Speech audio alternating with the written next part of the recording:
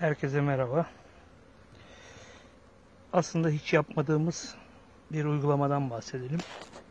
Hepimizin gözünden kaçırdığı, önemsemediğimiz doğal varroa ölümlerini takip ederek kolonideki yükü anlayabilir miyiz? Evet, çok basit bir işlem.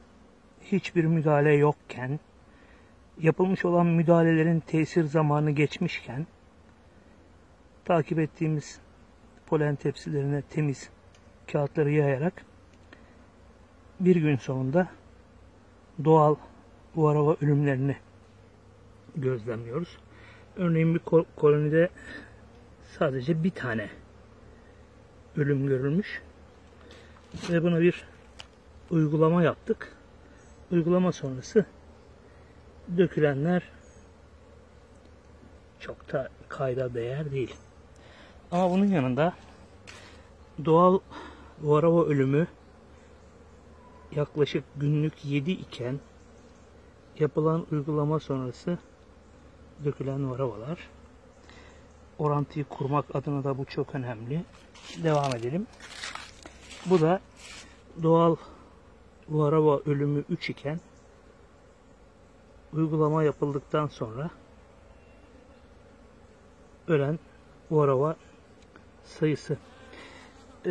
Hemen hemen doğal ölümler ile uygulama sonrası ölümlerin bir çarpanı var. Demek ki bizler hiçbir uygulama yapmadan da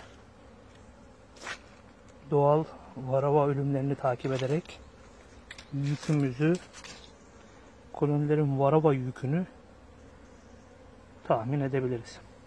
Tabi bu uygulama yaptığımız kolonilerin tamamı eşit güçte ve şu ana kadar bütün yapılan mücadelelerde eşit mücadeleler yapıldı. Ve sonuç bu. Şimdi tekrar bir uygulama yapılacak olsa bu 3 koloniden hangisine uygulama yapmamız gerekir? Dolayısıyla şu arkadaşımızı biraz daha takip etmekte fayda var. Diğerleriyle artık sorunsuz biçimde kışa doğru yürünebilir. Herkese kolay gelsin.